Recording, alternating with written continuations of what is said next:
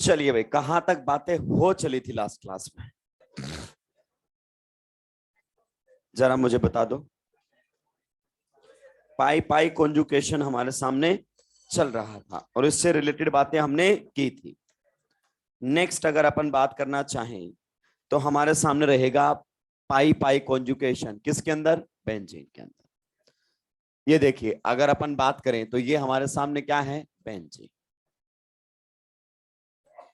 Benzene की अगर हम रेजोनेटिंग स्ट्रक्चर की बात करना चाहें तो इसके हम दो लुईस डॉट स्ट्रक्चर्स बना सकते हैं। कितनी बना सकते हैं? दो लुईस डॉट स्ट्रक्चर बना सकते हैं। बड़े ध्यान से सुनेंगे किस प्रकार से बातें हो सकती हैं। यहां पर without formal charge, formal charge का मतलब है कि आपको प्लस माइनस नहीं दिखाने। विदाउट फॉर्मल चार्ज की अगर अपन बात करें तो देखिए किस प्रकार से कहानी रहेगी।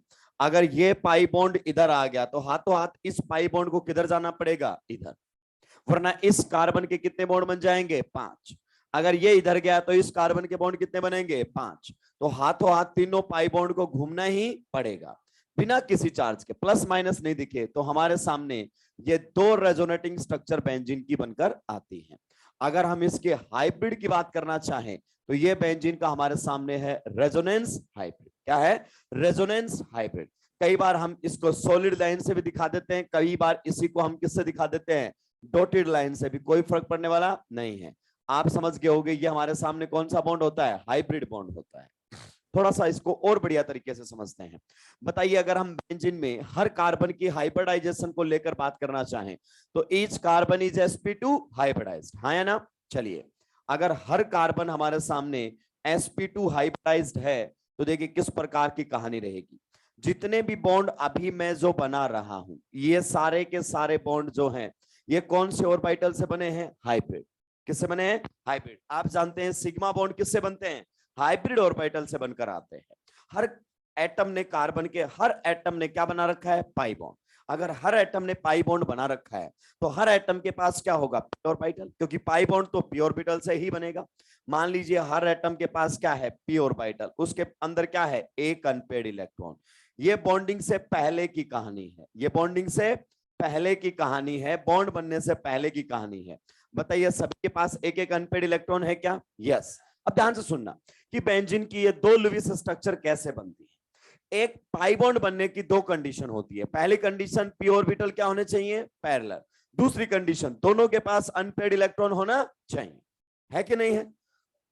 अगर अपन इस वाले एटम पर फोकस करें, कौन से वाले पर? इस वाले पर, तो ये इधर भी पाई बॉन्ड बना सकता है और ये इधर भी पाई बॉन्ड बना सकता है। इसके पास दो ऑप्शन है, इसके आजू वाला भी इसके पैरेलल है और इसके आजू वाला भी इस पर पैरेलल है, हाँ या ना? तो मान लीजिए अगर इन दोनों ने आपस में ओवरलैप करके क्या बना दिया है? पाई बॉन्ड, फिर एक सीक्वेंस सेट हो जाएगी। अब इसके पास एक ही ऑप्शन बचा है कि इसके साथ ओवरलैप करे, इसके पास भी एक ही ऑप्शन बचा है कि इसके साथ ओवरलैप करे। बताइए, एक हमारे सामने लुईस स्ट्रक्चर बन गई कि नहीं बन गई? ऐसा हो सकता है कि आप ऐसा ना बनाकर कुछ इस प्रकार से यहां पर बातें कर लेते। ध्यान से, तबीयत से आप लोग मेरी बातों को ध्यान से सुनेंगे।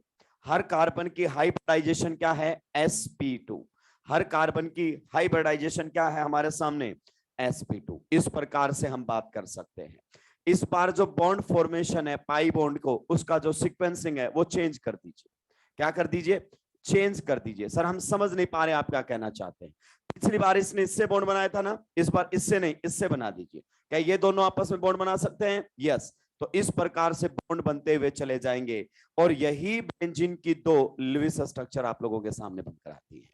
यही दो रेजोनेटिंग स्ट्रक्चर आपने बना रखे हैं। देखो, एक बार पाई बॉन्डिंग की सीक्वेंसिंग ये है, दूसरी बार यहां पर पाई बॉन्ड नहीं है। पहले में यहां पाई बॉन्ड है, दूसरी में यहां पर नहीं है। मैं एक बार नंबरिंग कर देता हूं, उससे आपको चीजें और भी आसानी से समझ में आएंगी। ये है 1, ये है 2, ये है 3, ये है 4, ये है 5 और ये है 6। क्लियर? यहां पर फिर से number 1, number 2, number 3, number 4, number 5 और नंबर 6। आज मैं आपको बताना चाहता हूं कि रेजोनेंस हाइब्रिड इनफैक्ट कैसे बनता है। अगर आप रेजोनेंस हाइब्रिड बनाना चाहते हैं तो इस वाली रेजोनेटिंग स्ट्रक्चर को उठाकर इसके ऊपर सुपरइंपोज कर दीजिए। इस वाली रेजोनेटिंग स्ट्रक्चर को उठा के इसके ऊपर क्या कर दीजिए? सुपरइंपोज कर दीजिए। देखिए, यहां से आपको बहुत सारी बातें समझ में आएंगी। कौन कौन सी बातें समझ में आने वाली हैं? ध्यान से सुनना। यहां 1 और 2 के बीच में पाई बॉन्ड है, यस। वहां 1 और 2 के बीच में नहीं है। जैसे ही इसको उठाकर यहां रखोगे तो आपको 1 और 2 के बीच में पाई बॉन्ड दिखेगा, यस। इस वाले की वजह से। इसमें देखो 2-3 के बीच में पाई बॉन्ड नहीं है, उसमें 2-3 के बीच में पाई बॉन्ड है, उसमें आगे 3-4 में नहीं है, यहां पर 3-4 में है। यानी कि आपको हर जगह पाई इलेक्ट्रॉन्स दिखाई देंगे। क्या दिखाई देंगे? Pi electrons. और इसी प्रकार से तो आप क्या बनाते हैं? Resonance hybrid. जब आप बेंजीन की रेजोनेंस हाइब्रिड की बात करते हैं तो बेंजीन का रेजोनेंस हाइब्रिड कुछ इस प्रकार से आपको दिखाई देता है। ध्यान से सुनते रहना, अभी कमाल की बातें मैं आप लोगों को बताने वाला हूं। ये हमारे सामने है, बताइए हर जगह हर एटम के पास एक पी ऑर्बिटल है, यस। हर एटम के पास एक पी ऑर्बिटल है, यस। आप बता सकते हैं इस पी ऑर्बिटल की पोजीशन कैसी रही होगी? अगर कार्बन की हाइब्रिडाइजेशन क्या है? sp2। तो ये तो हमारे सामने वो हैं जो हाइब्रिड ऑर्बिटल है, जो हाइब्रिडाइजेशन में गए। कैसे शेप में रहते हैं? ये हमारे सामने रहते हैं ट्राइगोनल, इस प्रकार से रहते हैं कि नहीं रहते हैं? और जो पी ऑर्बिटल हाइब्रिडाइजेशन में नहीं गया, उसकी एक लोब इसके प्लेन के अबाउ द रहेगी और दूसरी बिलो रहेगी। रहेगी कि नहीं रहेगी? तो बिल्कुल ऐसा ही यहां पर आपको दिखाई देगा। यहां पर आपके सामने एक तो पाई बॉन्ड इस प्रकार से बनकर दिखाई देगा, ऊपर वाली लोब जब ओवरलैप करेंगी तो अबाउ द प्लेन आपको पाई इलेक्ट्रॉन डेंसिटी दिखाई देगी, यस। ये ऊपर वाली पाई इलेक्ट्रॉन डेंसिटी है। और बिलो द प्लेन भी क्या यहां पर ओवरलैपिंग होगी? यस। अगर नीचे वाली लोब को मैं कनेक्ट कर देता हूं तो ये बिलो द प्लेन आपको दिखाई देगा। तो बेंजीन में पाई इलेक्ट्रॉन डेंसिटी होती है above the plane and below the plane. Which plane? Benzene का खुद का प्लेन, मोलिकुलर प्लेन। बेंजीन का खुद का प्लेन, मोलिकुलर प्लेन। अगर अपन बात करना चाहें किसी भी ऑर्बिटल को आप देखोगे तो पी ऑर्बिटल की शेप हम कुछ इस प्रकार से बनाते हैं कि नहीं बनाते हैं? इसका मतलब ये हमारे सामने क्या होता है? नोड। अगर मैं सही हूं तो बताना, क्या होता है? नोड। इसके ऊपर इलेक्ट्रॉन डेंसिटी मिल सकती है, इसके नीचे यहां पर इलेक्ट्रॉन डेंसिटी पाए जाने की प्रोबेबिलिटी कितनी होती है? 0। और यहां पर आप देखेंगे सारे के सारे नोड कहां पर आए हैं? बेंजीन के मोलिकुलर प्लेन के अंदर। कहां पर आए हैं? बेंजीन के मोलिकुलर प्लेन के अंदर। ऐसे हैं P orbitals, above the plane, below the plane, फिर से above the plane, below the plane. तो जो बेंजीन का खुद का मोलिकुलर प्लेन है वो पाई इलेक्ट्रॉन डेंसिटी के लिए किसका काम कर रहा है? नोडल प्लेन का। किसका काम कर रहा है? नोडल प्लेन का। Electron density above the plane है और बिलो द प्लेन है। बेंजीन के खुद के प्लेन में कोई पाई इलेक्ट्रॉन डेंसिटी नहीं है। It is just acting as a nodal plane. ये किसकी तरह काम कर रहा है? नोडल प्लेन की तरह काम कर रहा है। You got the point? किसी को कोई दिक्कत है यहां पर? आपने इसके बारे में आईओसी में भी बातें की होंगी। चलिए, ये तो हमारे सिलेबस की बात है, मैंने आपको बता दी है। नेक्स्ट मैं आपको बताने वाला हूं, मान लीजिए हमारे सामने पूछ ले कि बेंजीन की कितनी रेजोनेटिंग स्ट्रक्चर्स बन सकती हैं विदाउट फॉर्मल चार्ज। कोई फॉर्मल चार्ज नहीं बनाना है, तो जितनी वर्टिकल लाइन होती है उतनी बना सकते हो। कितनी आरएस बनती है हमारे सामने? 2। कितनी आरएस बनेगी हमारे सामने? 2। 2 ही बनाए कि नहीं बनाए बिना किसी फॉर्मल चार्ज के? नेक्स्ट अगर से पूछ ले कि नेफ्थलीन के केस में आपके क्या ख्यालात हैं? नेफ्थलीन के केस में हमारे सामने कितनी रेजोनेटिंग स्ट्रक्चर बन सकती हैं? 3। ये याद रखने का एक तरीका है, कितनी वर्टिकल लाइंस है? 3। तो इसमें आरएस हमारे सामने कितनी बनेंगी? 3। इसी प्रकार से अगर हमसे पूछ ले कि एंथ्रासीन के अंदर कितनी रेजोनेटिंग स्ट्रक्चर्स बन सकती हैं? एंथ्रासीन के अंदर कितनी रेजोनेटिंग स्ट्रक्चर्स बन सकती हैं? 4। कितनी वर्टिकल लाइन है? 4। तो कितनी आरएस बनेंगे हमारे सामने? 4। ये इन्हीं पर ही वैलिड है। ये याद रखने का तरीका एक प्रकार से क्लियर। नेक्स्ट अगर हमसे पूछ ले कि बताइए फिनेंथ्रीन के अंदर कितनी रेजोनेटिंग स्ट्रक्चर्स बन सकती हैं? फिनेंथ्रीन के अंदर कितनी रेजोनेटिंग स्ट्रक्चर्स बन सकती हैं? बताइए आपके क्या ख्यालात हैं? बताइए आपके क्या ख्यालात हैं? कितनी रेजोनेटिंग स्ट्रक्चर जो हैं वो फिनेंथ्रीन के अंदर बन सकती है? 1, 2, 3, 4 और 5। तो यहां पर हमारे सामने आरएस कितनी बनेगी? 5। नेफ्थलीन का रेजोनेंस हाइब्रिड बता सकते हो? यस। इस प्रकार से नेफ्थलीन का रेजोनेंस हाइब्रिड बनता है। एंथ्रासीन का रेजोनेंस हाइब्रिड बना सकते हो? यस। इस प्रकार से हमारे सामने इसका रेजोनेंस हाइब्रिड बनता है। फिनेंथ्रीन का रेजोनेंस हाइब्रिड बता सकते हो? यस। इस प्रकार से ये हमारे सामने क्या रहता है? Resonance hybrid. मेरी बात को ध्यान से सुनना, कई बार हमसे रेजोनेटिंग स्ट्रक्चर कितनी बनेगी इसका कंपैरिजन करवा लेता है और बड़ी आसानी से हम इसका आंसर दे सकते हैं। देखिए इसमें कितनी रिंग है? 1। इसमें कितनी है?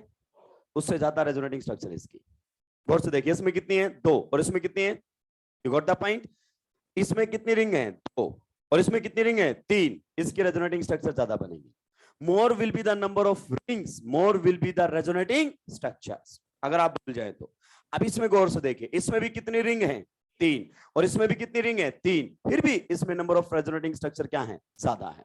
मैं आपको बताता हूं इसमें फंडा क्या होता है।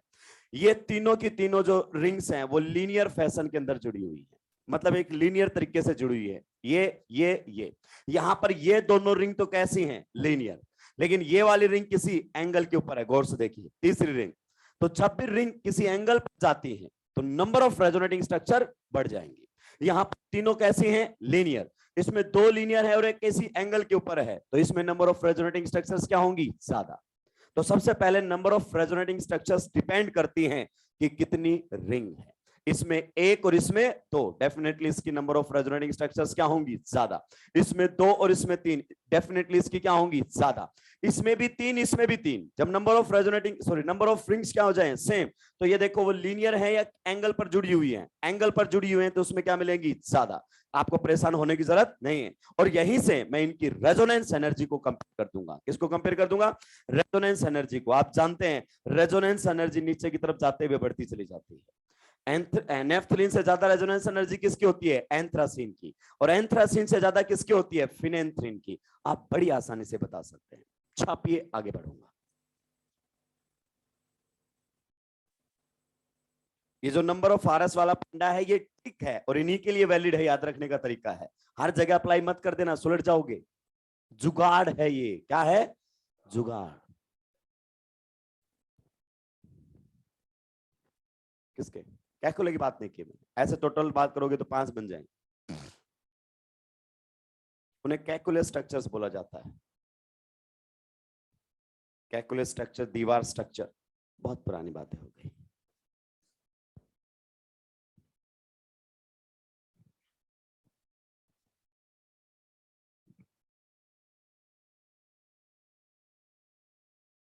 जल्दी जल्दी सुलटाएंगे भाई लोग।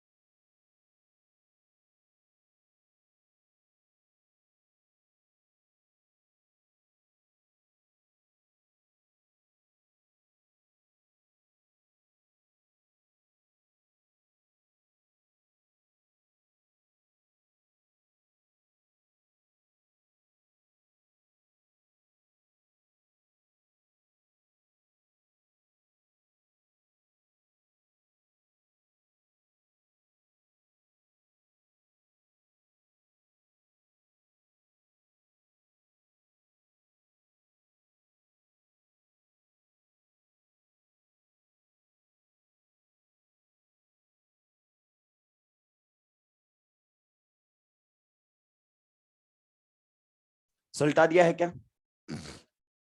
लास्ट क्लास में अपन लोकलाइज्ड के बारे में बात कर चुके थे, रिंग के ऊपर पॉजिटिव नेगेटिव रेडिकल बता दिया था क्या। चलिए, वरना बाद में भी अपन डिस्कस कर लेंगे। ये केवल और केवल इन्हीं के लिए जुगाड़ है। किन के लिए है, इन्हीं के लिए जुगाड़ है। इसको हर जगह ना अप्लाई करें। एक प्रकार से आप डायरेक्ट आंसर दे सकते हैं कि नेफ्थलीन की कितनी आरएस बनेंगी, 3। और अगर हम पूछे एंथ्रासिन की कितनी बनेगी 4 और फिनेंथ्रीन की कितनी बनेगी 5। नाम तो मैं उम्मीद करता हूं आप लिख लेंगे।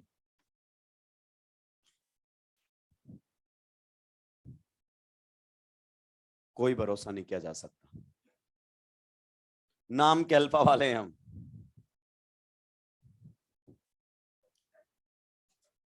नेफ्थलीन,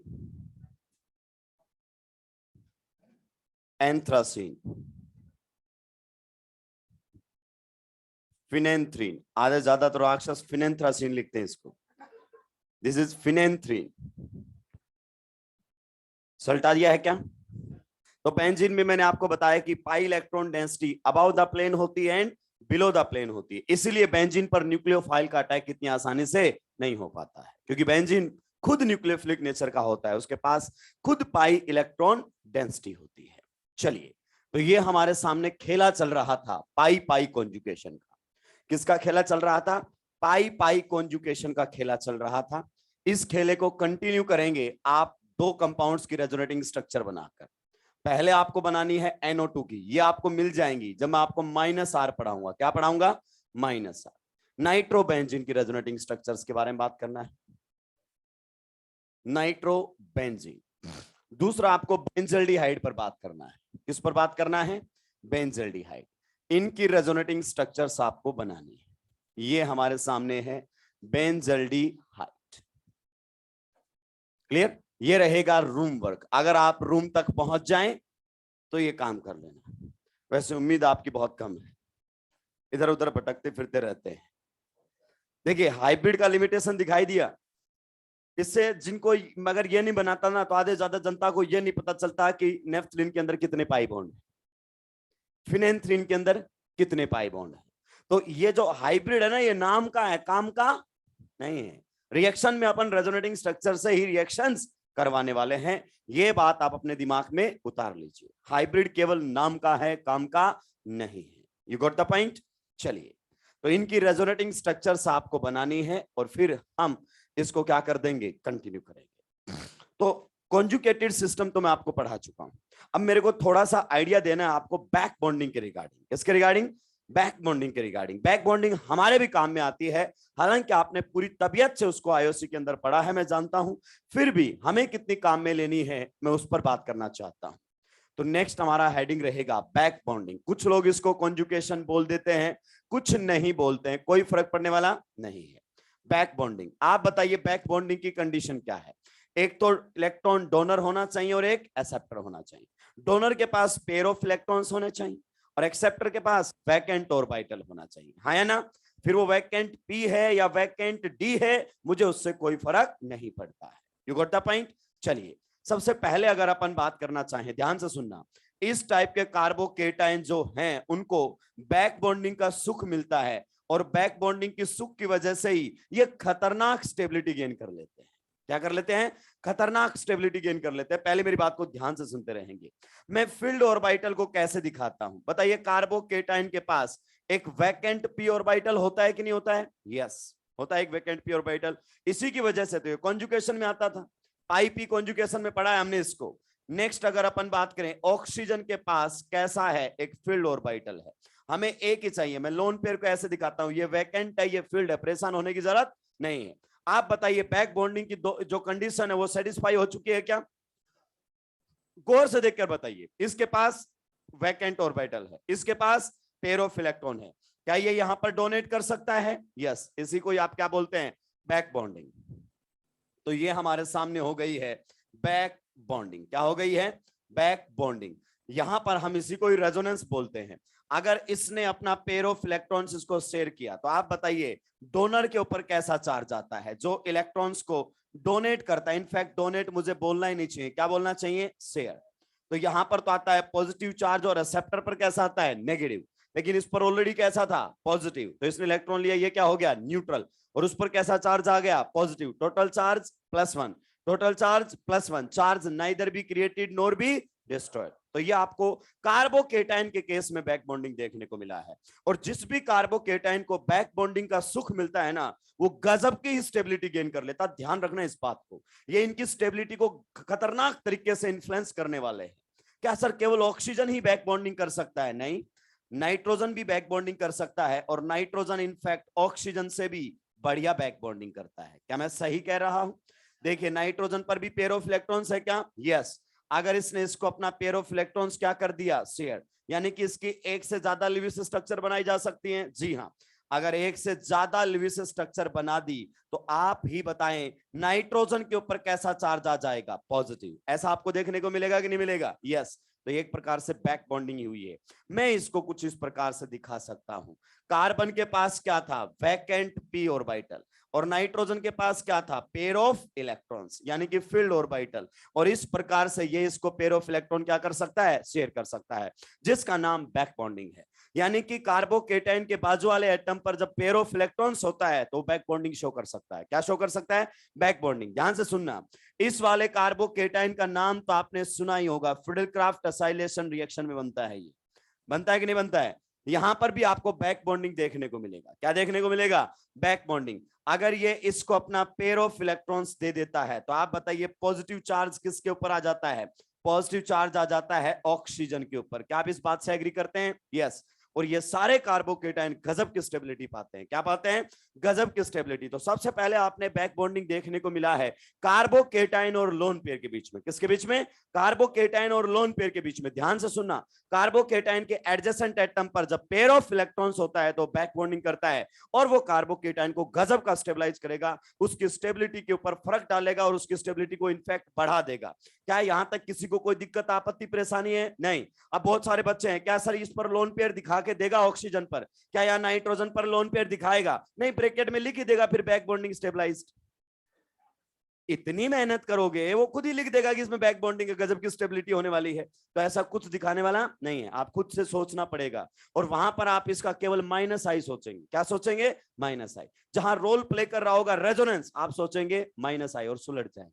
ये ध्यान रखना। क्लियर? नेक्स्ट, नेगेटिव चार्ज को भी बैक बॉन्डिंग का सुख मिल सकता है। बैक बॉन्डिंग का सुख जिसको भी मिलता है उसकी स्टेबिलिटी बढ़ जाती है, चाहे फिर वो केटायन हो, चाहे फिर वो क्या हो, एनायन हो, और चाहे फिर वो रेडिकल हो।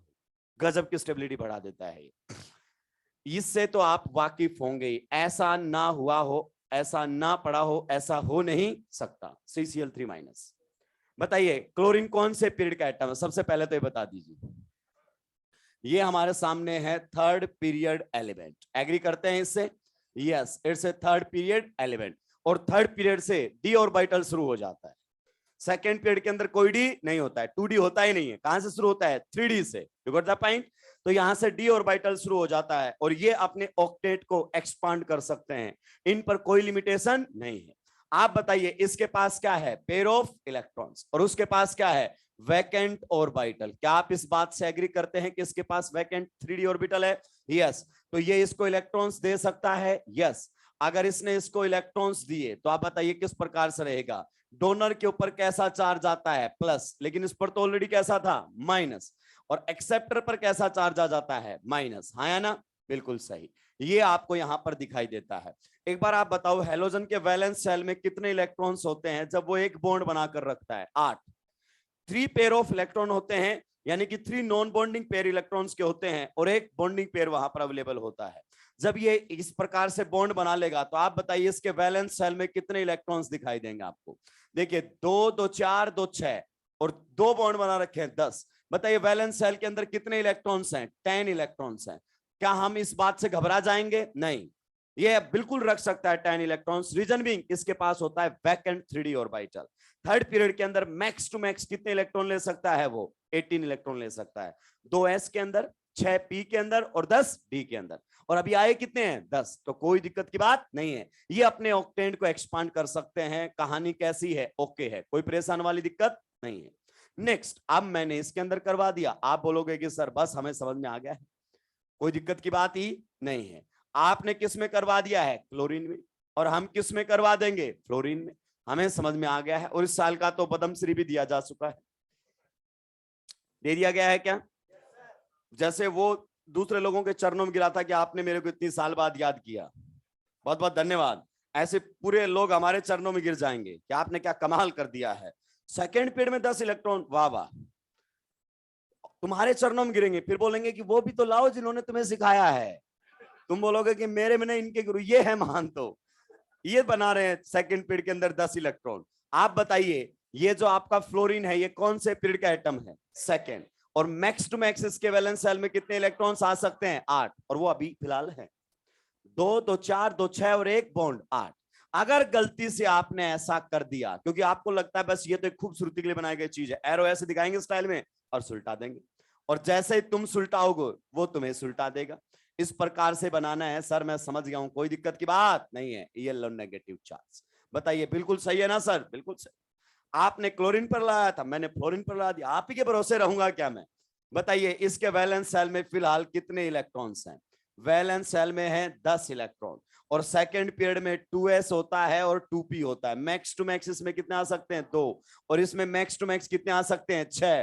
टोटल इलेक्ट्रॉन कितने आ सकते हैं? 8। 10 इलेक्ट्रॉन्स को रखा कहाँ है आपने, ये तो बताओ, क्योंकि इसके पास डी तो होता ही नहीं है, इसका मतलब ये हो नहीं सकता। वो आप यहीं से बता सकते थे, इसमें बैक बॉन्डिंग नहीं हो सकती। देखिए इलेक्ट्रॉन डोनर तो है लेकिन एक्सेप्टर नहीं है, फ्लोरीन कभी एक्सेप्ट नहीं करेगा। फ्लोरीन इलेक्ट्रॉन ले नहीं सकता, दे सकता है, पेयर ऑफ इलेक्ट्रॉन से दे जरूर सकता है लेकिन ले नहीं सकता। क्या ये बात आपको समझ में आई? तो हर जगह बैक बॉन्डिंग का कॉन्सेप्ट नहीं लगता है। इस कार्बन आयन को बैक बॉन्डिंग का सुख मिला है क्या? यस। क्या इस कार्बन आयन को बैक बॉन्डिंग का सुख मिलेगा? नहीं। तो उसकी गजब की स्टेबिलिटी मिलेगी जब आप एनायन की स्टेबिलिटी कंपेयर करोगे। बैक बॉन्डिंग का सुख हर किसी के नसीब में नहीं होता है। मान लीजिए, क्या हुआ, भावुक हो गए क्या? मान लीजिए हमारे सामने ये कार्बन आयन दिया हुआ है, बताइए फिलहाल सल्फर के वैलेंस शेल में कितने इलेक्ट्रॉन्स हैं? फिलहाल बताइए कितने इलेक्ट्रॉन्स हैं? 8 इलेक्ट्रॉन्स हैं। सल्फर कौन से पीरियड को बिलोंग करता है? थर्ड पीरियड को बिलोंग करता है कि नहीं करता है? तो मैं लिख सकता हूं इसके पास है vacant 3d orbital. Vacant 3d orbital यहां पर अवेलेबल है कि नहीं है? जी हाँ। अगर ये इसको इलेक्ट्रॉन्स देना चाहे तो क्या ये बैक बॉन्डिंग कर सकता है? यस। सल्फर इलेक्ट्रॉन्स को एक्सेप्ट कर लेगा डी के अंदर, इसको कोई दिक्कत की बात नहीं है। अगर ऐसा हुआ तो आप बताइए नेगेटिव चार्ज किसके ऊपर आ जाएगा? सल्फर के ऊपर। नेगेटिव चार्ज किस पर आ जाएगा? सल्फर पर। आप बताओ इसके वैलेंस शेल में कितने इलेक्ट्रॉन्स हैं? 10 इलेक्ट्रॉन्स हैं। बताइए 10 इलेक्ट्रॉन से कोई परेशानी है क्या? नहीं, ये रख सकता है। थर्ड पीरियड वाले एटम्स अपने ऑक्टेट को एक्सपांड कर सकते हैं, देयर इज नो इश्यू। वहीं आपको ये दे दिया जाएगा ऑक्सीजन कि अच्छा समझ में आ चुका है सर मामला है क्या, आपने सल्फर से करवा दिया है, हम ऑक्सीजन से करवा देंगे। ये लो, बस यही तो एरो बनाना है। और नेगेटिव चार्ज कहां टिका देना है? नेगेटिव चार्ज को कहां टिका देंगे सर? ऑक्सीजन पर। कहीं कभी भी आपने ऐसा देखा है जिसमें ऑक्सीजन 3 बॉन्ड के साथ नेगेटिव चार्ज लेके बैठा हो? आज तक ऐसी कोई स्पीसीज एग्जिस्ट ही नहीं करती है। बताइए इसके वैलेंस शेल में कितने इलेक्ट्रॉन्स हैं? 10 इलेक्ट्रॉन्स हैं, और ऐसा हो नहीं सकता। तो बैक बॉन्डिंग की कंडीशन है एक इलेक्ट्रॉन डोनर होना चाहिए और एक इलेक्ट्रॉन एक्सेप्टर होना चाहिए। ऑक्सीजन इलेक्ट्रॉन एक्सेप्टर नहीं है, फ्लोरीन इलेक्ट्रॉन एक्सेप्टर नहीं है, हालांकि डोनर का काम कर सकते हैं। क्यों? क्योंकि इनके पास पेयर ऑफ इलेक्ट्रॉन्स है। देखो केटायन के केस में इसने डोनर का काम किया है कि नहीं किया है? तो कंडीशन है एक डोनर होना चाहिए और एक एक्सेप्टर होना चाहिए, तभी बैक बॉन्डिंग होगी। गलती से इस टाइप की कोई लुईस स्ट्रक्चर मत बना देना, गलती से इस टाइप की कोई लुईस स्ट्रक्चर मत बना देना, वरना हमारी फाइल सुलट जाएगी। बैक बॉन्डिंग से केटायन और एनायन दोनों की ही स्टेबिलिटी बढ़ती है। अगर केटायन में भी बैक बॉन्डिंग हो रही है तो उसकी स्टेबिलिटी बढ़ जाती है, और एनायन में भी अगर बैक बॉन्डिंग हो रही है तो उसकी स्टेबिलिटी बढ़ जाती है। ये मैं आपको स्टेबिलिटी ऑफ इंटरमीडिएट में फिर से बताऊंगा, परेशान होने की जरूरत नहीं है। छापिए, आगे बढ़ूंगा, जल्दी जल्दी सुलटा देंगे भाई लोगों।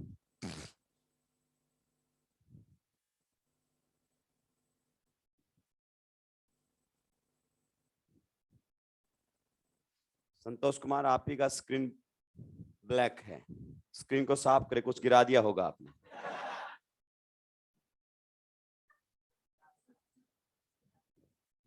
गर्दन तोड़ दूंगा तुम्हारी।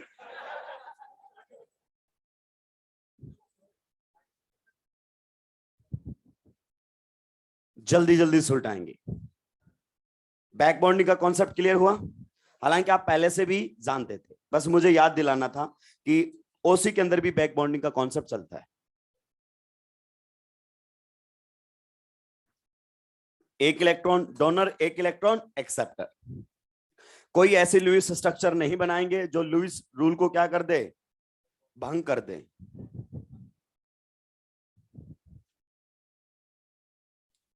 ये वाले जो केटायन आपके सामने आएंगे ये गजब के ही स्टेबल रहेंगे, और यहां पर आप रायते की तरफ फैलेंगे। क्यों? क्योंकि आप बस माइनस आई देखेंगे इनका। वो मेरा काम है आपको सही ट्रैक पर लाना।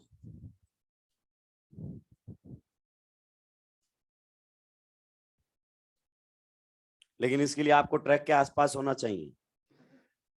कुछ तो पूछेंगे ट्रैक कहाँ है, वो फिर बहुत दूर निकल चुके हैं, वो फिर अगले जन्म में ही ट्रैक को पाएंगे। मैं तेरी गर्दन तोड़ दूंगा राक्षस।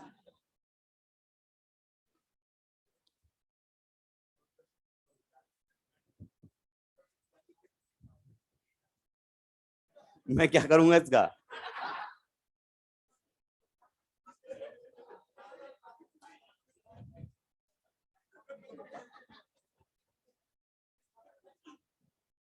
जल्दी जल्दी सुलटाएंगे।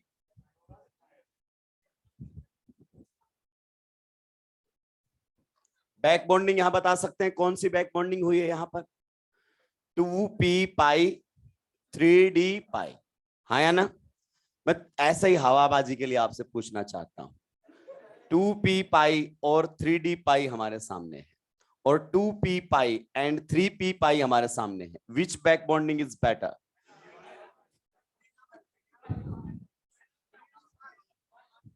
सही है क्या? और यहीं से आपको खतरनाक चीजें समझ में आने लगी। नहीं, बिल्कुल सही, इसमें कोई दिक्कत की बात नहीं है। और यहां से मैं खतरनाक बातें क्लोरीन के बारे में बताऊंगा। क्लोरीन वास्तव में ही गजब का स्टेबलाइज करता है जब यहां पर नेगेटिव चार्ज आता है। आप देख लीजिए वही बैक बॉन्डिंग आपको देखने को मिल रही है, 2p pi and 3d pi back, 3d pi back bonding. और यहां मैं 2 कर देता तो और बढ़िया हो जाती है। 2d होता है, कुछ भी फेंक देते हो रहा, और बढ़िया हो जाती है।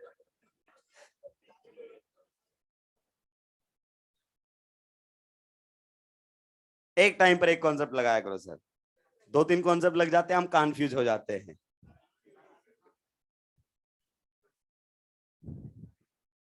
सुलटा दिया है क्या? तो बैक बॉन्डिंग चाहे केटायन के केस में हो, बैक बॉन्डिंग चाहे एनायन के केस में हो, स्टेबिलिटी को इंप्रूव करते हैं। जब मैं आपको पढ़ाऊंगा स्टेबिलिटी ऑफ इंटरमीडिएट्स, जब ये सारी चीजें आपको क्लियर हो जाएंगी। सुलटा दिया है क्या? इस टाइप की बातें मत करना, बस इस टाइप की बातें ध्यान रखना। कभी सेकंड पीरियड के वैलेंस सेल में 10 इलेक्ट्रॉन्स आप रख दें, फिर मेडिकल कॉलेज में नहीं कहीं और ही आपकी जगह हो सकती है।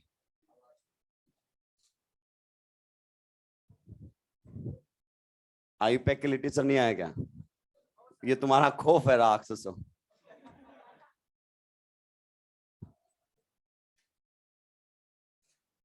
चलिए नेक्स्ट, अब हमारे सामने आने वाले हैं इक्विवेलेंट रेजोनेटिंग स्ट्रक्चर्स।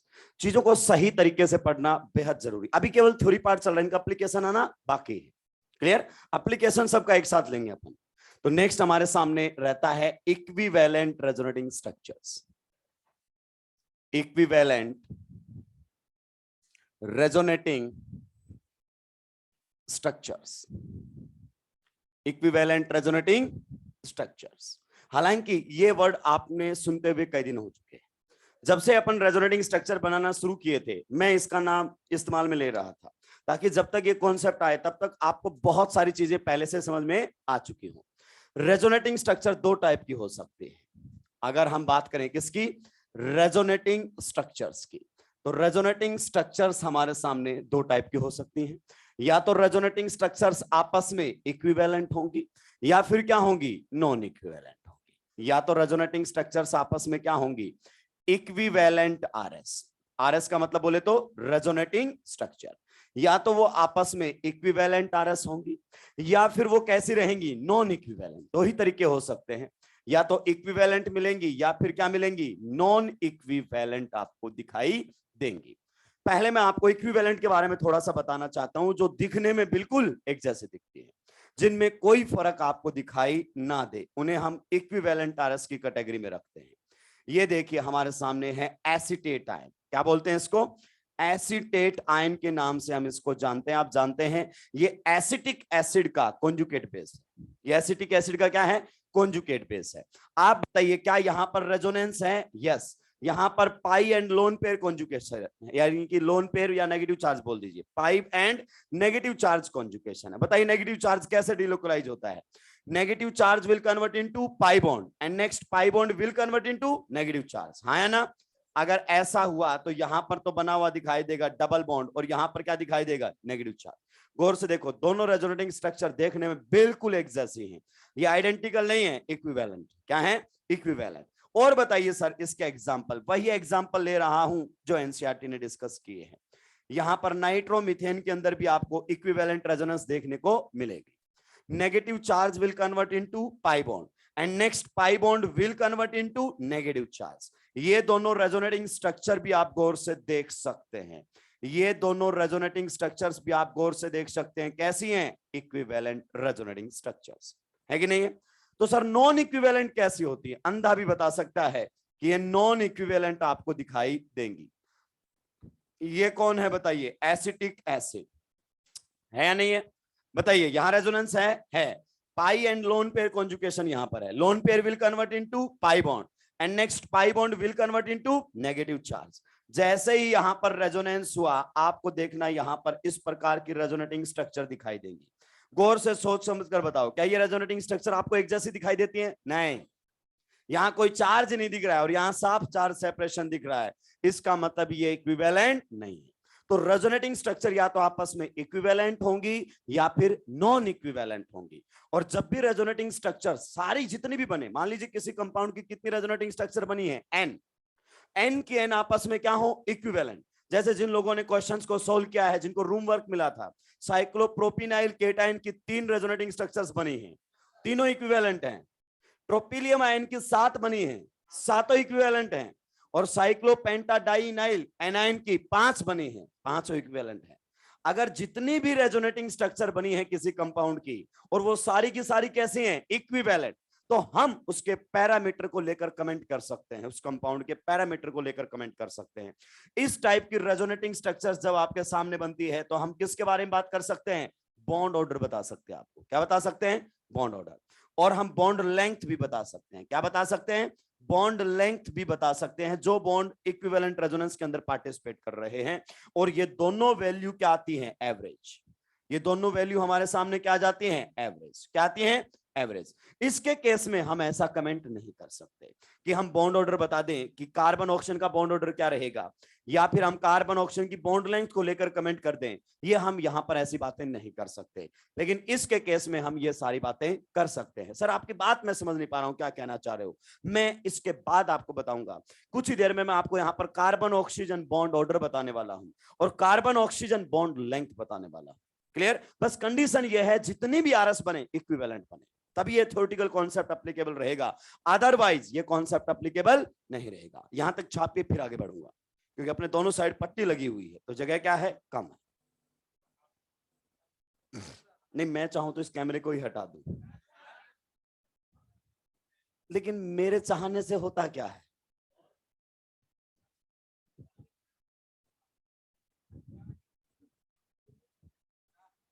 तुम ज्यादा इंस्टा रील देखते हो लगता है, राक्षस।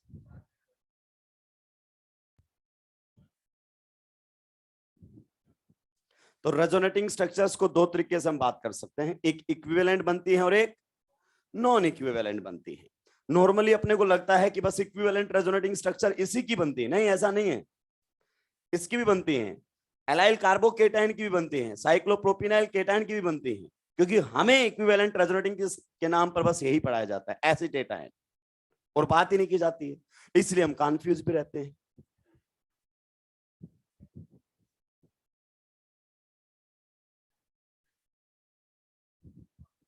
हाँ, गोवा गया था, गोवा जाने जैसे तुमने राक्षस छोड़ा ही नहीं, बड़ी मुश्किल से वो वाला फेज खत्म किया था। मैंने कहा लो अब तो कुन्हाड़ी से पीछा छूटेगा, तुम बोले ऐसे कैसे छूटेगा, यही मजदूरी करवाएंगे तुझसे हम।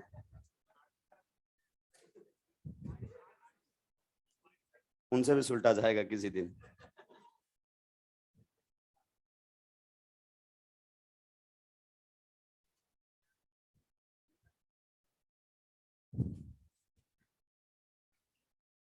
ये फ्लोरीन है, इधर कभी किसी को ना दिखाई दे,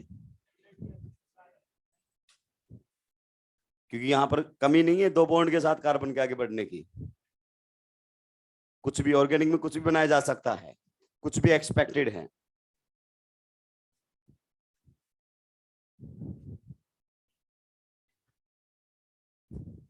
सल्टा दिया है क्या सभी ने? तो ये हमारे सामने इक्विवेलेंट रेजोनेटिंग स्ट्रक्चर्स। ऐसा नहीं है कि इन्हीं की इक्विवेलेंट रेजोनेटिंग स्ट्रक्चर बनती, नहीं नहीं। ये देखिए, ये आपके सामने कौन सा कार्बोकेटायन है भाई, अब नाम आपको याद आने चाहिए।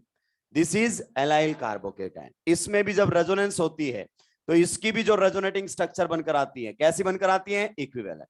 पता है बहुत सारे लोगों को बनता है इक्विवेलेंट रेजोनेंस, ऐसा मिलता और कुछ बोलो ही मत सर, बस इक्विवेलेंट बोल दिया बस। मैं यही सुनने के लिए एलन को फीस दिया था, वो मैंने सुन लिया, अब आप जा सकते हो। कुछ कॉन्सेप्ट फिक्स होते हैं। मास्टर क्या बोल दे? हाइड्रोजन बॉन्डिंग, बस आगे कोई एक्सप्लेनेशन नहीं चाहिए मेरे को। इक्विवेलेंट रेजोनेंस, बस। ये देखिए इस कार्बोकेटायन में भी इक्विवेलेंट रेजोनेंस है, और क्या ये बहुत ही ज्यादा स्टेबल हो जाएगा क्या? लेकिन तुम्हें एसिटेट आयन में बोल देता इक्विवेलेंट रेजोनेंस, हाँ हाँ बस एसिडिक स्ट्रेंथ ज्यादा होती है, इक्विवेलेंट रेजोनेंस। इक्विवेलेंट रेजोनेंस कहां इंपॉर्टेंट होती है, कहां पर नहीं होती है, ये बेहद इंपॉर्टेंट है। कहां पर उसका रोल आएगा और कहां पर उसका रोल नहीं आएगा। इक्विवेलेंट रेजोनेंस ये सब कुछ नहीं होता है, अपने दिमाग में इस बात को उतारिए। क्लियर? चलिए, तो नेक्स्ट अब हम इनके जो पैरामीटर मैंने लिखे थे उस पर हम बात करना चाहते हैं। अगर जितनी भी रेजोनेटिंग स्ट्रक्चर बनी है, कंडीशन ये है जितनी भी बनी है सब क्या होनी चाहिए? इक्विवेलेंट। अगर बीच में एक भी नॉन इक्विवेलेंट आ गई तो फिर हम ये जो पैरामीटर हमने लिखे हैं, बॉन्ड ऑर्डर या बॉन्ड लेंथ, इसको मैं नहीं बता पाऊंगा। और जो बता देते हैं वो लोग मूर्ख हैं। क्या हैं? मूर्ख। बचे उनसे, जितना बच सकते हैं बचे उनसे। चलिए, तो यहां पर हम बात करेंगे रेजोनेटिंग स्ट्रक्चर की। जैसे एसिटेट आयन हमारे सामने, कौन है? एसिटेट आयन हमारे सामने है। यहां हम लिख देते हैं बॉन्ड ऑर्डर। क्या लिख देते हैं? Bond order. यहां पर हम लिख देंगे बॉन्ड लेंथ। ध्यान से सुनते रहना, ये सारी बातें आपने आईओसी में भी पढ़ी हैं, लेकिन सर ने आईओसी के हिसाब से बातें की हैं, मुझे ओसी के हिसाब से बातें करनी पड़ेगी। क्लियर? ध्यान से सुनना। इसमें आपसे क्या पूछ सकता है? कार्बन ऑक्सीजन का बॉन्ड ऑर्डर पूछ सकता है कि बताइए कार्बन ऑक्सीजन बॉन्ड का बॉन्ड ऑर्डर कितना है। क्लियर? आप ध्यान से सुनना, मैं यहां पर बॉन्ड को हाईलाइट कर रहा हूं। मुझसे पूछा जा रहा है इस वाले बॉन्ड का बॉन्ड ऑर्डर बताइए, इस वाले बॉन्ड का बॉन्ड ऑर्डर बताइए, क्या ख्यालात हैं आपके? 1.5। ओके, और इस वाले बॉन्ड का बॉन्ड ऑर्डर बताइए, इस वाले बॉन्ड का बॉन्ड ऑर्डर बताइए 1.5। आगे बात समझ में? चाहे डबल का पूछे चाहे सिंगल का पूछे, कोई भी प्योर डबल नहीं है और कोई भी प्योर सिंगल नहीं है। ये आपने कैसे बताया सर? क्योंकि आप अभी समझ जाएंगे। बताइए क्या इसमें रेजोनेंस है? Yes. Negative will convert into pi bond and pi bond will convert into negative charge, हाँ या ना? जैसे ही इसके अंदर रेजोनेंस हुआ, आपको यहां पर नेगेटिव और यहां पर कैसा बॉन्ड दिखाई देगा? डबल। क्लियर? तो इस क्या ये प्योरली सिंगल है? नहीं, ये डबल भी कैरेक्टर रखता है। क्या ये प्योरली डबल है? नहीं, इसमें सिंगल के भी कैरेक्टर है। तो ना तो ये प्योरली डबल है और ना ही ये प्योरली सिंगल है। गजब की बात यह है कि दोनों की जो रेजोनेटिंग स्ट्रक्चर बनी है इसकी, दोनों वो कैसी हैं? इक्विवेलेंट। तो मैं यहां से बॉन्ड ऑर्डर कैलकुलेट करके बता सकता हूं। क्या करके बता सकता हूं? कैलकुलेट करके बता सकता हूं। तो हमसे अगर पूछ ले कार्बन ऑक्सीजन का बॉन्ड ऑर्डर क्या रहेगा, मैंने आपको एवरेज वैल्यू लिखा था। कुछ क्या लिखा था? एवरेज। कुछ याद आ रहा है कि ये एवरेज वैल्यू निकल कर आती है। देखिए, आप सारी रेजोनेटिंग स्ट्रक्चर देखें, पहली रेजोनेटिंग स्ट्रक्चर में ब्लू वाले की बात कर रहे हैं, कार्बन ऑक्सीजन में कितने बॉन्ड हैं? दूसरी में कितने हैं? एक। तो टोटल बॉन्ड कितने हुए कार्बन ऑक्सीजन में? सारी रेजोनेटिंग स्ट्रक्चर मिलाकर कितने हुए? 3। Divided by number of resonating structures कितनी है? 2। बॉन्ड ऑर्डर है 1.5। एवरेज आ गया कि नहीं आ गया? जितनी भी आरएस हैं सभी में उनके बीच में बॉन्ड कैलकुलेट कर लीजिए, डिवाइड कर दीजिए नंबर ऑफ रेजोनेटिंग स्ट्रक्चर से, यानी कि ये हमारे सामने होता है टोटल नंबर ऑफ बॉन्ड्स। क्या लिखा मैंने? Total number of bonds divided by number of resonating structures, number of RS. Average आ गया कि नहीं आ गया? So it's average value. ये हमारे सामने एवरेज वैल्यू है। हो सकता है आपने इसको इस प्रकार से भी पढ़ा हो, हर चीज जानता है ये master. 1 + pi divided by sigma, ये भी एक शॉर्टकट है इसको बताने का। क्लियर? कि आप कहीं से भी देख सकते हैं, इसी रेजोनेटिंग स्ट्रक्चर को देखकर बता सकते हैं, लेकिन वैलिड तभी है ये भी जब सारी रेजोनेटिंग स्ट्रक्चर इक्विवेलेंट बने। आई बात समझ में? जैसे आपको पूछ लिया, रेड वाले पर दिखा देता है कि बताइए इस कार्बन ऑक्सीजन बॉन्ड का बॉन्ड ऑर्डर बताइए, कोई सा भी पूछ ले, उससे फर्क नहीं पड़ता है। आप बताओ कार्बन ऑक्सीजन में, कार्बन ऑक्सीजन ये भी है, कार्बन ऑक्सीजन वो भी है कि नहीं है? तो कार्बन ऑक्सीजन के बीच में कितने पाई बॉन्ड बने हुए हैं टोटल? यहां तो कोई पाई बॉन्ड और यहां पाई बॉन्ड है, तो पाई बॉन्ड कितना है? एक। कार्बन ऑक्सीजन में कितने सिग्मा है? एक और एक दो, तो यहां से भी बॉन्ड ऑर्डर आपका कितना आता है? 1.5। हालांकि ऊपर वाला बढ़िया बताता है, नीचे वाले में जब ये पूछेगा ना तो बहुत लोगों की फाइल सुलट जाएगी, कारण उनको लगता है तो सिंगल है, ये तो क्या है? सिंगल। और आप जानते हैं अगर वैसे देखते हैं तो यहां ये सिंगल और यहां ये डबल, यहां कितना है? एक, यहां कितने हैं? दो, तो टोटल बॉन्ड कितने हुए? तीन। नंबर ऑफ आरएस कितनी हुई? दो। 3 डिवाइडेड बाई 2 1.5 एवरेज वैल्यू आ जाएगी। क्लियर? नेक्स्ट अगर हमसे पूछना चाहे, ध्यान से सुनते रहना भाई लोगों, तबीयत से सारी बातें आपके क्रिस्टल क्लियर कर जाऊंगा मैं। यहां पर है माइनस और यहां पर है प्लस। यहां पर पूछेगा नाइट्रोजन ऑक्सीजन का बॉन्ड ऑर्डर बताइए, नाइट्रोजन ऑक्सीजन का बॉन्ड ऑर्डर। चाहे आप ये बता दो चाहे ये बता दो, दोनों क्या रहेंगे? सेम। जब तक मेंशन ना करे कोई दिक्कत की बात ही नहीं है। बताइए negative charge will convert into और pi bond will convert into, तो हमारे सामने ये रेजोनेटिंग स्ट्रक्चर बनकर आ जाएगी क्या? यहां पर दिखाई देगा आपको नेगेटिव चार्ज और यहां पर कैसा दिखाई देगा? Double bond. पॉजिटिव चार्ज का कोई इन्वॉल्वमेंट नहीं है, तो आप इस वाले फॉर्मूले से बता सकते हो 1+, ये हमारे सामने है 1+। बताओ नाइट्रोजन ऑक्सीजन में कितने पाई बॉन्ड हैं? एक। और सिग्मा बॉन्ड कितने हैं? दो। तो ये भी हमारे सामने कितना आ जाएगा? 1.5 एवरेज आ गया है। उससे देखो ये कैसा है? सिंगल, एक ही बॉन्ड है, इसमें कितने हैं? दो, तो टोटल कितने हो गए? तीन। आरएस कितनी है? दो। 3 डिवाइडेड बाई 2 1.5, कहीं से निकाल लो। ध्यान से सुनते रहना बस मेरी बात को, तबीयत से सुनते रहना। नेक्स्ट अगर अपन बात करना चाहें बेंजीन के केस में, आपने इस पर भी जरूर बातें की होंगी। देखिए बेंजीन के केस में भी आप जानते हैं कितनी रेजोनेटिंग स्ट्रक्चर्स हमने बनाई है, कितनी रेजोनेटिंग स्ट्रक्चर बनाई है? दो। दोनों इक्विवेलेंट है? यस। तो हम यहां पर theoretically carbon carbon bond order बता सकते हैं। कार्बन कार्बन बॉन्ड ऑर्डर के बारे में कमेंट कीजिए। 1+। बताओ कार्बन कार्बन में कितने पाई बॉन्ड है? किसी एक आरएस में देखो, किसी एक में 3 पाई बॉन्ड है। यस। सिग्मा कितने हैं आप बताइए? सिग्मा कितने हैं? 6। क्या यहां पर भी 1.5 आ गया है? जी हाँ, यहां पर भी हमारे सामने 1.5 आ चुका है। ध्यान से सुनते रहना भाई लोगों। नेक्स्ट हमारे सामने है ये वाला। अब बस आपको यह समझ में आना चाहिए, क्या इसकी आरएस जो बनेंगी वो इक्विवेलेंट बनेंगी? यस। सारी मैं आपको बना देता हूं। Negative charge will convert into pi bond and pi bond will convert into negative. Her oxygen पर एक बार नेगेटिव को चार्ज दे दो, तो यहां पर हमारे सामने बन जाएगा O-, यहां पर रहेगा डबल और यहां पर भी क्या रहेगा? डबल। फिर से negative charge will convert into pi bond and pi bond will convert into negative charge. ये रेजोनेटिंग स्ट्रक्चर हमारे सामने बनेगी। गौर से देखो, तीनों रेजोनेटिंग स्ट्रक्चर आपस में क्या है? इक्विवेलेंट। तो ये सारी बातें हम थ्योरेटिकली कर सकते हैं। अगर हम ऐसी बातें करें तो सबसे पहले बताओ आप, सल्फर और ऑक्सीजन का बॉन्ड ऑर्डर कितना रहेगा? सल्फर और ऑक्सीजन का बॉन्ड ऑर्डर कितना रहेगा? 1+। किसी एक आरएस को लो, किसी एक आरएस, इस आरएस पर बताओ सल्फर ऑक्सीजन में कितने पाई बॉन्ड हैं? दो, तो दो पाई बॉन्ड है। बताइए सिग्मा बॉन्ड कितने हैं इसके अंदर? 3। तो बताइए हमारे सामने बॉन्ड ऑर्डर कितना आएगा? अप्रोक्सीमेट 1.6। इससे आगे आप कैलकुलेट कर लेना, मुझे कोई जरूरत नहीं है। तो हम बॉन्ड ऑर्डर पर कमेंट कर सकते हैं। इसी प्रकार से जब आपने आईओसी के अंदर देखा होगा, रेजोनेटिंग स्ट्रक्चर आप खुद बनाएंगे। इसकी कितनी इक्विवेलेंट आरएस बनेंगी? 4। अगर हमसे क्लोरीन ऑक्सीजन का बॉन्ड ऑर्डर पूछे तो 1+, पाई बॉन्ड कितने हैं? 3, सिग्मा बॉन्ड कितने हैं? 4। तो ये रहेगा लगभग 1.7 के आसपास, रहेगा कि नहीं रहेगा?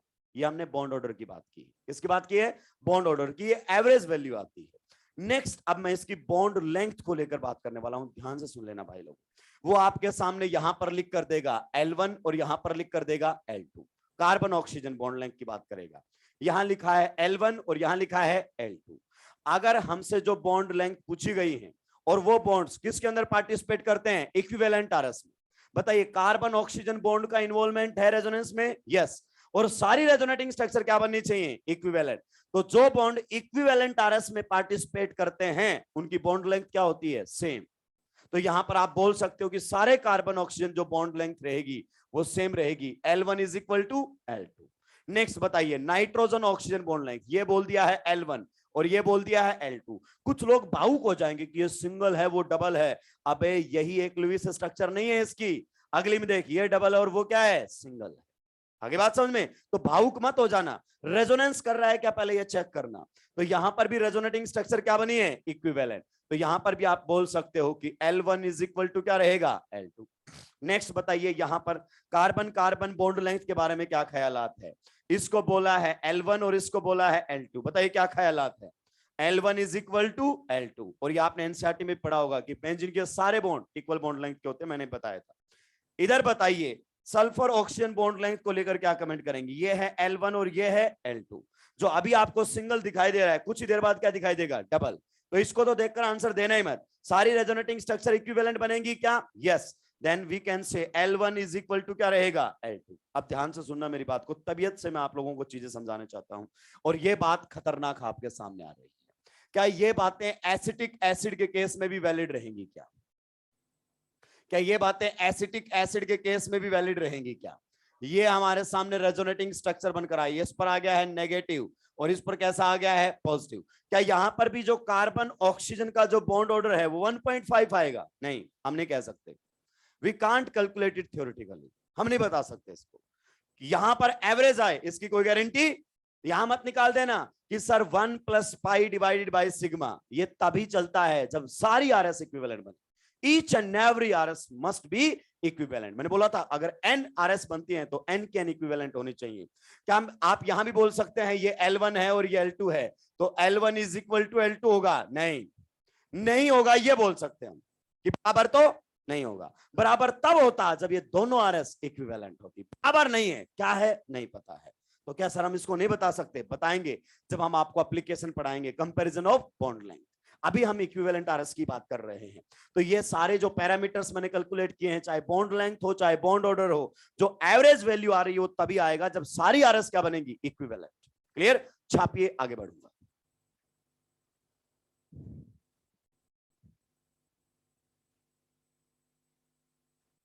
जो फॉर्मूला आपको कंफर्टेबल लगे वहां से आप अप्लाई करके आंसर दे सकते हैं, और ये पूछे जाने वाले क्वेश्चंस होते हैं भाई।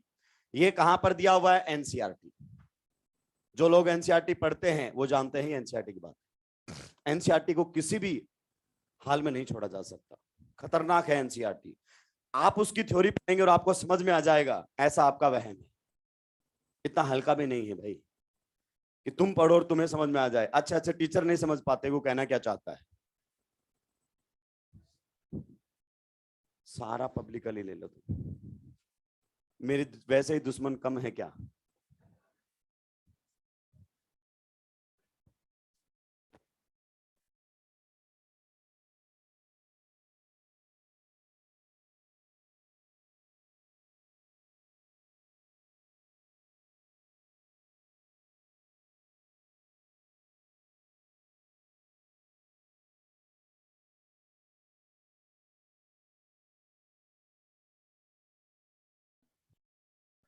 जल्दी जल्दी सुलटाएंगे।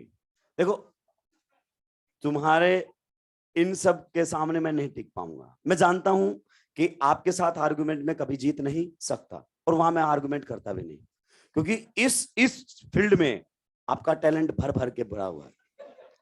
जहां केमिस्ट्री की बात होती है बस वहीं पर आप अपने आप को क्या निहत्था फील करते हैं। बाकी हर जगह आपको लगता है कि इसको तो हम सुलटा देंगे। बस ये थोड़ा सा ऑर्गेनिक से हट के बात करें फिर बताते हैं इसको हम। नहीं नहीं, तुम ऑर्गेनिक सीख लो। मैं जो तू सिखाना चाह रहा है वो सीख के भूल चुका हूं, और इस उम्र में वो दोबारा सीखूंगा तो दुख देगा।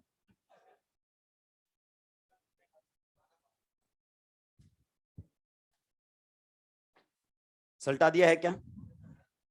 इंपॉर्टेंट ये है कि जो भी कॉन्सेप्ट हम सीख रहे हैं वो अप्लाई कहाँ करना है। कुछ लोग दनादन दनादन दनादन इसमें एवरेज निकाल के निकल लेते हैं, फिर यहां भी आते हैं फिर लगा देते हैं यहाँ।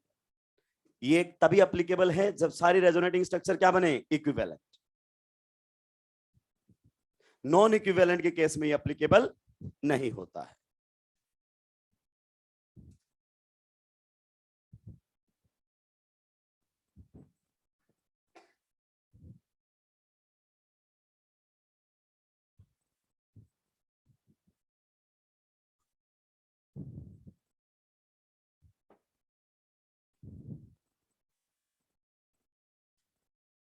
जल्दी जल्दी सुलटाइए। अब इसको ये नहीं पता कौन सा ग्रुप, अबे तेरे को जो ज्वाइन करना तू कर ले। ये यहीं से बैठ के लिख रहा होगा कोई कि मैं देखता हूं मेरे मैसेज को पढ़ता है कि नहीं पढ़ता है। पढ़ लेता हूं लेकिन रिप्लाई बहुत कम करता हूं। एक टाइम पर इतनी मजदूरी होती है। सल्टा दिया है क्या? तो डेफिनेशन तो लिख दो इसकी।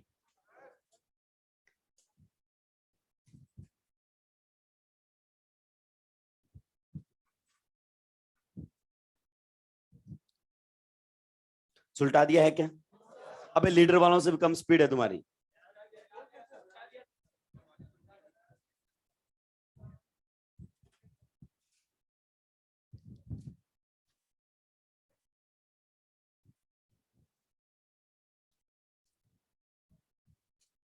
अब सुलटा है क्या? ये आरडीएस तो सारे तुमने फ्रंट बेंच पे बिठा रखे हैं कि सर ये पहले छाप ले तो आगे बढ़ना। आप पूरी क्लास में से धीरे छापने वालों को आगे बिठाया गया है।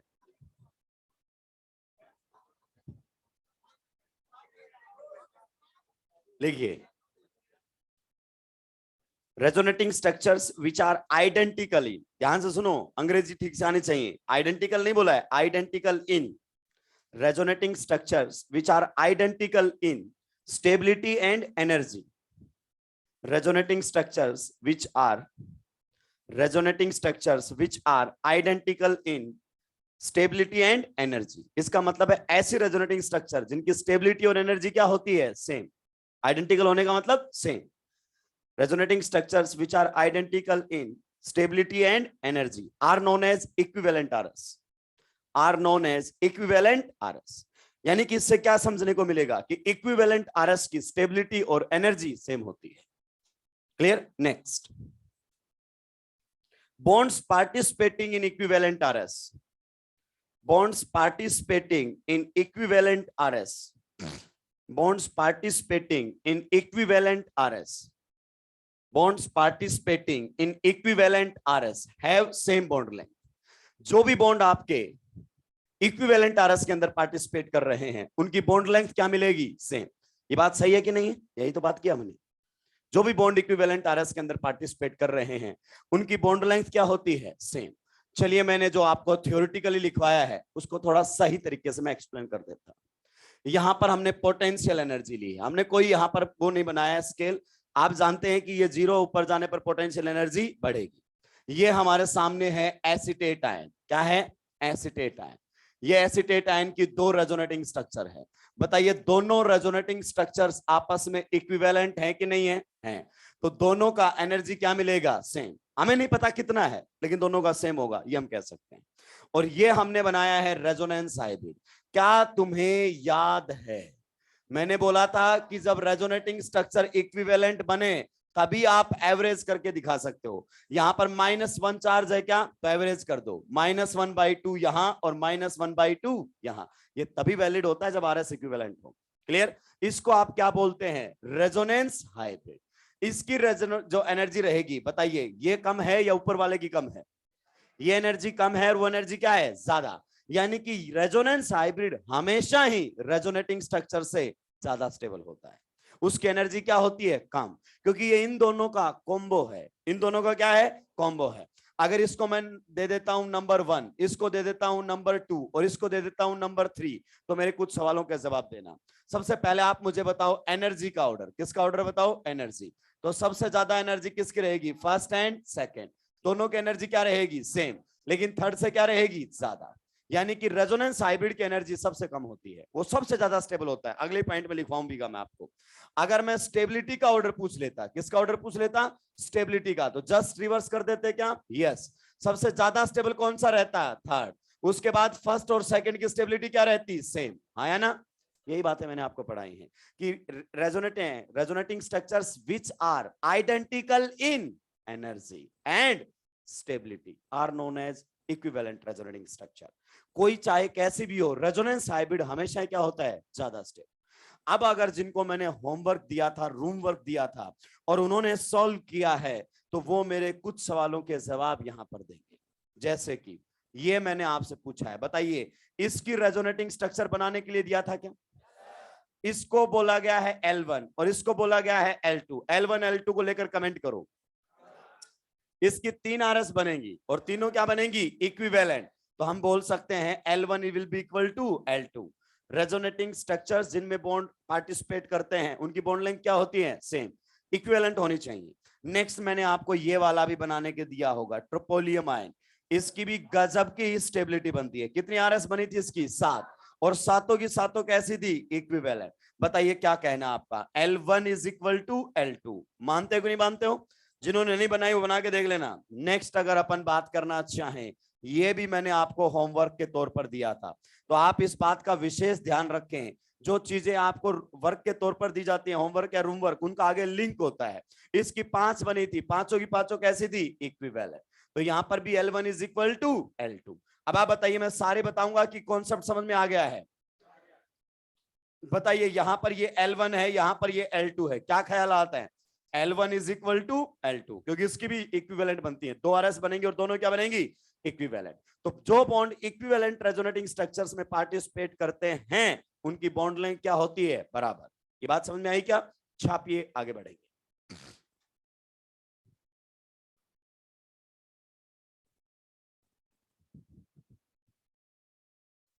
तबीयत से पढ़ा दिया भाई मैंने आपको, आईओसी का भी पार्ट रिवाइज करवा दिया इक्विवेलेंट रेजोनेंस के अंदर। क्वेश्चन आए तो गलतियां मत कर बैठना, क्योंकि यहां पर गलती का जो भुगताना है वो 1 साल है। एक गलती 1 साल रिपीट करवा सकती है, और 1 साल आपको बहुत ज्यादा फाइनेंशियली बर्डन दे सकता है। कम से कम अगर आप कोटा में रह रहे हो तो आपने 50,000 फीस तो भरी होगी, अल्फा में है तो भी, और फीस से ज्यादा आपका रहने का खर्चा है, 1.5 से 2 लाख का खर्चा मान लो। और अगर आपका एमबीबीएस कॉलेज में एडमिशन हो जाता और 1 साल पहले आप डॉक्टर बन जाते तो साल के कम से कम 20-25 लाख तो कमाते हैं। तो 20-25 लाख का वो नुकसान और 2-2.5 लाख का ये नुकसान, सीधा 30 से 30 लाख के आसपास का नुकसान हो जाता है आपका। क्लियर? डॉक्टर अगर 1 साल कम जिए तो घर वालों को कम कमा के देगा, और वैसे भी तुम्हारी तो उम्र बहुत कम बचेगी, क्योंकि आधी उम्र तो सिलेक्शन से पहले निकाल दी है तुमने। कमाने वाली उम्र क्या बचेगी, कम, और उसमें भी अगर कम होते चले गए तो दिक्कत हो जाएगी। चलिए,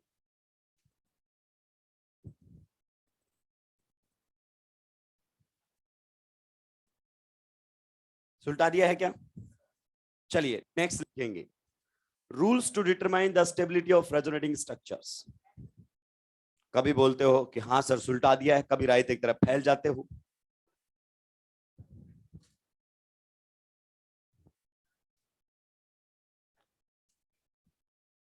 सुलटा दिया है क्या? इसी साल अपने को सिलेबस खत्म करना है। तू राक्षस, मैं प्लस लिख रहा हूं, तू माइनस लिख रहा है।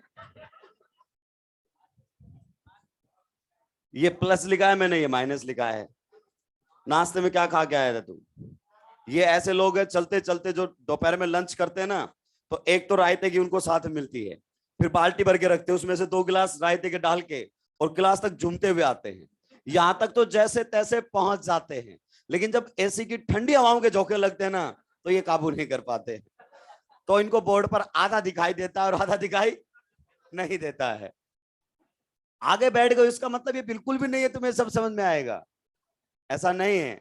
कुछ लोग इसलिए बैठते हैं कि चलो इसके डर से मैं आंखें तो खोल के रहूंगा, शायद कुछ कुछ समझ में आ जाए, ना आता तो फायदा रहता, आधा अधूरा आएगा सुलटा दोगे तुम। चलिए लिखिए, rules to determine the stability of resonating structure. Page है, पेज पलट। वो नेगेटिव चार्ज बना रखा है, तूने ये भी नहीं बनाया,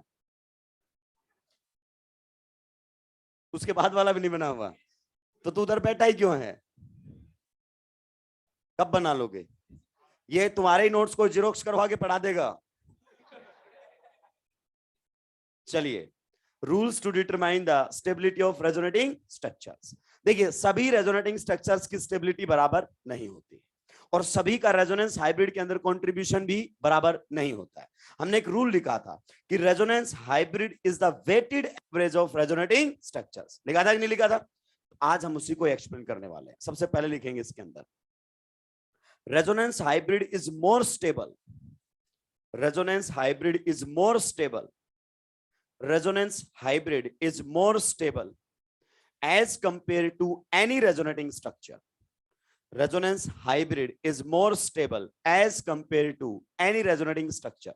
किसी भी रेजोनेटिंग स्ट्रक्चर के कंपैरिजन में रेजोनेंस हाइब्रिड की स्टेबिलिटी क्या होती है?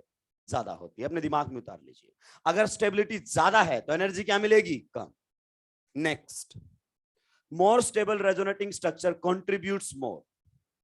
More stable resonating structure contributes more in resonance hybrid. More stable resonating structure contributes more in resonance hybrid. Resonating structure जितना ज्यादा स्टेबल होगा उसका हाइब्रिड के अंदर कंट्रीब्यूशन उतना ही ज्यादा रहेगा. Clear? Next, equivalent resonating structures. Equivalent RS लिख दिया करो. Equivalent resonating structures contributes equal. Equivalent resonating structures, equivalent resonating structures contributes equal in resonance hybrid. Equivalent resonating structures contributes equal in resonance hybrid. Equivalent resonating structures का contribution क्या होगा? Equal होगा. क्या ये बात आपको समझ में आ चुकी है? चलिए अब मैं आपको कुछ रूल्स यहां पर बताने वाला हूं भाई. आपको उन रूल्स को फॉलो ही करना पड़ेगा. 99% केसेस में ये रूल वैलिड होते हैं. आप जानते हैं केमिस्ट्री में ऑलवेज हम बोल ही नहीं सकते, लेकिन हाँ 12th लेवल पर ये रूल कहीं फेल होने वाले नहीं है. चाहे आप नीट का क्वेश्चन कीजिए, चाहे आप जेईई मेंस जेईई एडवांस का क्वेश्चन कीजिए, लेकिन हायर लेवल पर बातें थोड़ी गंभीर होने लगती हैं तो कुछ अलग मामला चलने लगता है. लेकिन आपके लेवल पर ये कभी फेल नहीं होंगे. हालांकि आपको पता भी नहीं, आपने पढ़ा भी नहीं रूल्स को है. आपको लगता है कि हमेशा वैलिड होते हैं. हर चीज हमेशा वैलिड नहीं होती है. अब मैं आपके सामने रूल्स लेकर आ रहा हूं और इन रूल्स को आपने किस में अप्लाई करना है? सीक्वेंस में. किस में अप्लाई करना है? सीक्वेंस में. हो सकता है ये थोड़ा सा आपको अलग लगे, लेकिन अगर आप इसको फॉलो करेंगे तो पलक झपकते ही आंसर्स मिलेंगे. यानी कि तुरंत आपके पास आंसर्स आएंगे इनके, और वो भी बिना किसी कंफ्यूजन के. सबसे पहला रूल बोलता है कि सबसे ज्यादा स्टेबल वो होगा. नंबर 1 का मतलब है ऐसी ज्यादा स्टेबल रहेंगी जिनके अंदर मैं अभी जो बोलने वाला हूं वो होना चाहिए. आरएस हैविंग, RS having यानी कि resonating structures having less number of charges. Less number of charges. Please ढंग से पढ़ना, क्योंकि कुछ लोगों को इंग्लिश में दिक्कत है. I am not talking about the total charge, I am talking about the charges. कि प्लस माइनस इसमें सबसे कम होंगे ना, उसकी स्टेबिलिटी सबसे ज्यादा होगी. ऐसे रेजोनेटिंग स्ट्रक्चर जिसमें आपको प्लस माइनस कम दिखाई दे या दिखाई ना दे, उसकी स्टेबिलिटी सबसे ज्यादा रहेगी.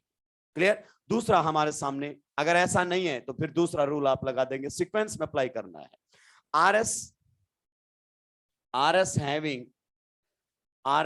having complete octet. RS having complete octet of each atom.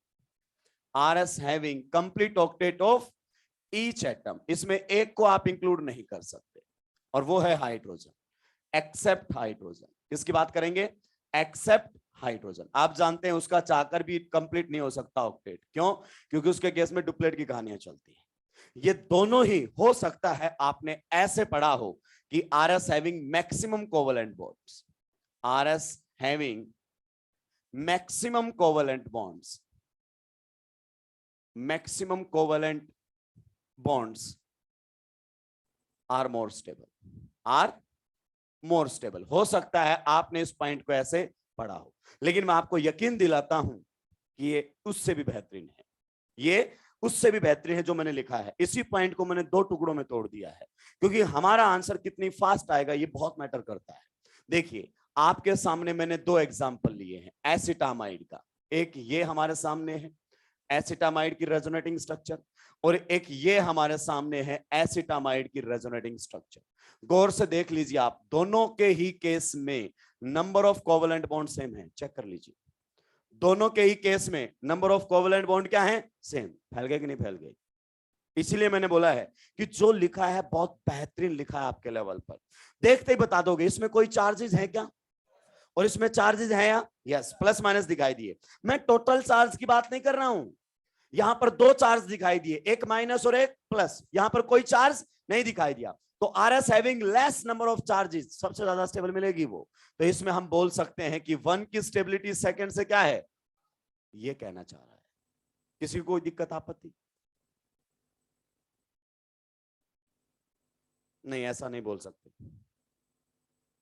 बहुत सारी बातें, बहुत सारी बातें. इनऑर्गेनिक बेंजीन के बारे में क्या बात करेगा? तो जो चल रहा है उसको चलने, इसमें कोई दिक्कत आ रही नहीं, तो सुनता जा भी. हो सकता है तूने ये बात देख ली हो, अभी आगे आने वाली बात और भी खतरनाक है। तीसरे नंबर पर हमें देखनी है charge location.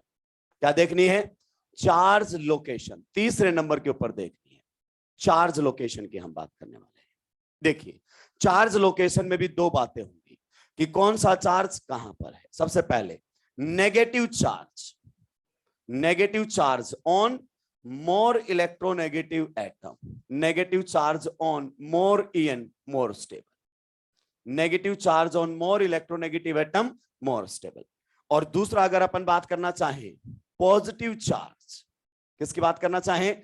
Positive charge on less electronegative atom, less En, more stable. हाँ या ना? ये हमारे सामने तीसरे नंबर पर आता है कि अगर चार्जेस हैं तो उनकी लोकेशन क्या है, उससे भी स्टेबिलिटी डिफाइन की जा सकती है। सर आपकी बात समझ में नहीं आई, क्या कहना चाहते हो? बिंदास तरीके से समझिए, कोई दिक्कत की बात आपके सामने नहीं होगी। Negative will convert into pi bond and pi bond will convert into negative charge. इनमें देख लीजिए, ऊपर वाला कोई भी पॉइंट इनकी स्टेबिलिटी को एक्सप्लेन नहीं कर सकता। पहले वाला पॉइंट बोलता है नंबर ऑफ चार्जेस, देखिए -1, एक चार्ज है, एक चार्ज है। दूसरा बोलता है ऑक्टेट, देखिए कंप्लीट है, कंप्लीट है। एनायन के केस में ऑक्टेट क्या होता है? कंप्लीट। कार्बन आयन का ऑक्टेट क्या होता है? कंप्लीट। O- में भी ऑक्टेट क्या होता है? कंप्लीट। आप जानते हैं इसके वैलेंस शेल में कितने इलेक्ट्रॉन्स हैं? 8 इलेक्ट्रॉन्स। क्लियर? ऊपर वाले दोनों पॉइंट कोई भी बात नहीं बता रहा है। फिर आ जाइए तीसरा पॉइंट, चार्ज लोकेशन। बताइए यहां नेगेटिव चार्ज किस पर है? कार्बन पर। और यहां नेगेटिव चार्ज किस पर है? ऑक्सीजन पर। आप बताइए नेगेटिव चार्ज किस पर ज्यादा स्टेबल होता है? मोरियन पर। तो जाहिर सी बात है सेकंड वाली फर्स्ट से क्या है? ज्यादा स्टेबल है। आप एग्री करते हो नहीं करते हो? बिल्कुल क्रिस्टल क्लियर होती हुई चलेंगी चीजें। फिर हमारे सामने नंबर 4 पर आता है, कौन पर आता है? नंबर 4 पर हमारे सामने आता है चार्ज सेपरेशन। ये सीक्वेंस में देखने हैं वरना सुलट जाओगे। चार्ज सेपरेशन हमारे सामने आता है, क्या आता है? Charge separation. सर इसका मतलब क्या है? इसमें भी दो बातें हैं। चार्ज दो टाइप के हो सकते हैं, प्लस माइनस वाले और प्लस प्लस वाले। क्लियर? अगर हम बात करें ऑपोजिट चार्जेस की, किसकी बात करते हैं? Opposite charges. अगर ऑपोजिट चार्जेस क्या है? क्लोज एनफ है, क्लोज एनफ।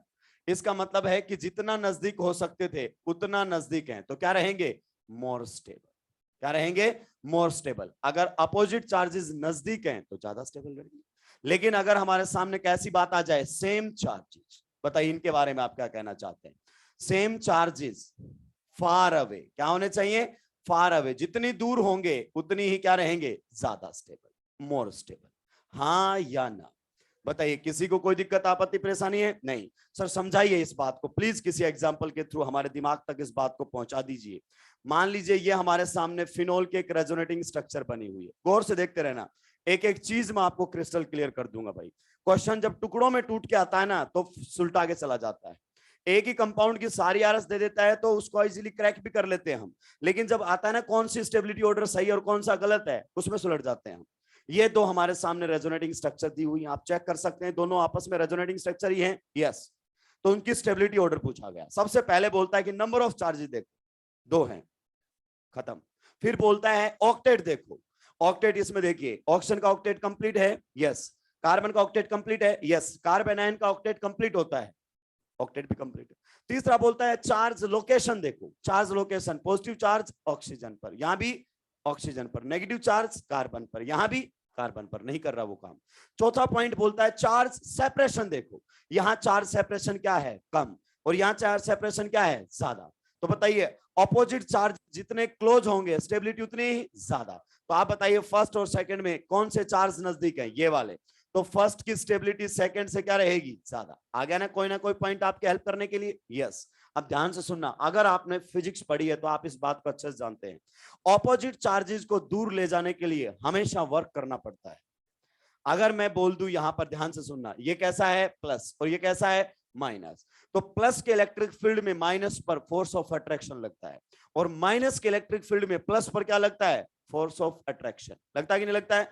अपोजिट चार्जेस को जब आप दूर ले जाएंगे तो आपको उन पर वर्क करना पड़ता है, उनके अगेंस्ट आप काम करते हैं, and that work is stored in the form of potential energy. तो जब भी आप किसी सिस्टम पर वर्क करते हैं तो उसकी एनर्जी को बढ़ा देते हैं।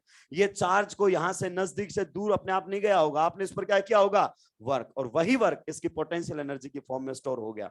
एनर्जी का बढ़ना मतलब स्टेबिलिटी का घटना होता है, इसीलिए ये ज्यादा स्टेबल और ये क्या है, कम स्टेबल। नॉर्मली आप सामान्यतः यहीं तक बात करते हैं, यही 4 रूल पढ़ते हैं, लेकिन रूल इसके आगे भी चलता है और इसके बिना तो आप एनसीईआरटी एग्जाम्पलर को भी सॉल्व नहीं कर पाएंगे।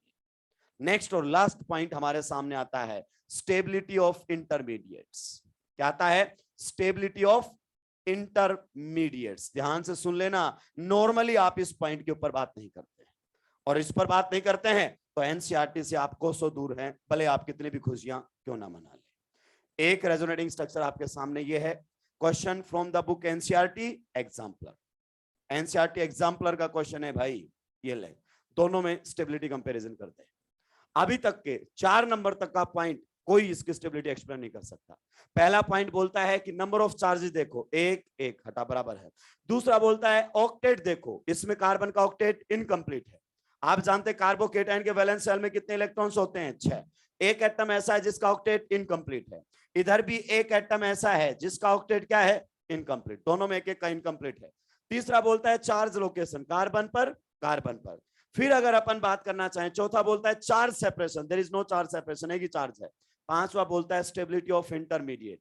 बताइए ये जो कार्बोकेटाइन आप लोगों के सामने है ये कौन सा है, 1 डिग्री, और ये जो कार्बोकेटाइन आप लोगों के सामने है ये कौन सा है, 2 डिग्री। उम्मीद करता हूं आपको पता होगा कि 2 डिग्री की स्टेबिलिटी 1 डिग्री से क्या होती है, ज्यादा। तो इसका मतलब अगर इसको मैं आर एस फर्स्ट बोल दूं और इसको आर एस सेकेंड बोल दूं तो second is more stable as compare to first. ये है एनसीईआरटी की पूरी कहानी। अब आपको जहां चाहो इसको लगा सकते हो, कोई दिक्कत की बात नहीं है, जहां चाहो आप लगा सकते हो, कोई दिक्कत की बात नहीं है। पहले पॉइंट्स में कुछ बातें हैं, जैसे इस पॉइंट में कुछ बातें हैं जो हायर लेवल पर यह सेटिस्फाई नहीं करता है, लेकिन वो बातें हमसे कभी नहीं पूछेगा, कभी पूछेगा ही नहीं। छापिए, आगे बढ़ूंगा, तबीयत से छापते हुए चलना इनको, और ये पॉइंट सीक्वेंस में ही अप्लाई करने, वरना रायता फैलते हुए टाइम नहीं लगेगा।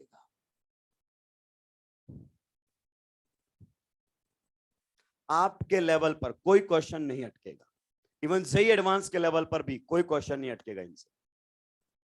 आपने पहले भी यही पढ़े हैं, एक तो नीचे वाला नहीं पढ़ा है, एक सबसे ऊपर वाला नहीं पढ़ा है।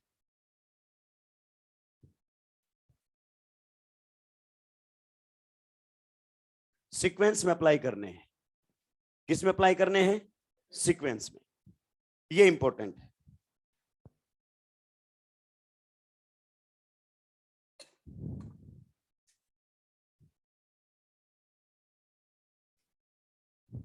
अभी देखना आपके सामने क्वेश्चंस आएंगे और दनादन आप आंसर्स दोगे, और पहला क्वेश्चन एनसीईआरटी से होगा, और जो लोग उसको इनवैलिड आरएस बोलते हैं वो फिर से सुलटेंगे, क्योंकि आप जाकर तबीयत से +1 के एनसीईआरटी पढ़ सकते हैं, जर्नल ऑर्गेनिक केमिस्ट्री रेजोनेंस में ही रेजोनेटिंग स्ट्रक्चर की स्टेबिलिटी को लेकर 2 से 3 सोल्ड एग्जांपल दिए हुए, जिनको मैं लेने वाला हूं।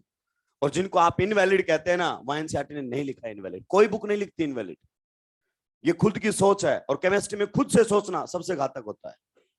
सर मैंने सोचा, ये तेरी पहली गलती, तूने सोचा ये पहली गलती है, क्योंकि जो तुम पढ़ रहे हो ये 50-60 साल पहले सोचा जा चुका है, उनके रिजल्ट्स भी हमारे पास। यहां सोचा नहीं जाता, यहां रिजल्ट होता है। If you think chemistry is conceptual, तो ये भी आपकी बहुत बड़ी गलती है। This subject is entirely experimental, पूरा एक्सपेरिमेंटल है ये। आपकी फीलिंग्स को मत जोड़ना इसके साथ। बहुत सारे टीचर बोलते हैं फील आया क्या, मत जोड़ना, क्योंकि टाइम टू टाइम ब्रेक करेगा आपके फील को, फिर आपको दर्द पहुंचेगा। आप रूल कम पढ़ते हैं, उनके एक्सेप्शन ज्यादा पढ़ते हैं।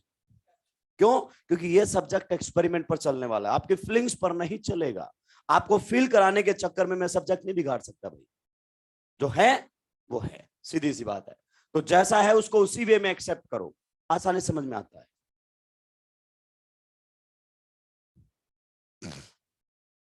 सल्टा दिया है क्या? एक एक एग्जाम्पल के साथ आपको सारी चीजें क्लियर की गई।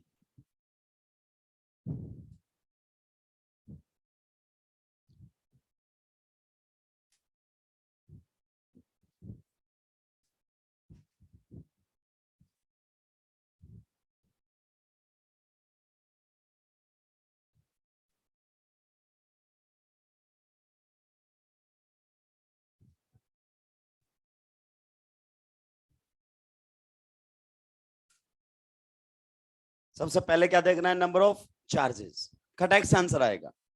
उसके बाद ऑक्टेट, फिर चार्ज लोकेशन, फिर चार्ज सेपरेशन, और फिर इंटरमीडिएट। केटाइन आयन बने हुए हैं तो उनकी स्टेबिलिटी को कंपेयर कर लेना। उसके बाद कोई खेला आपके सामने बचेगा ही नहीं। जल्दी जल्दी सुलटाओ, 1 से 2 क्वेश्चन तो करवाऊंगा भाई।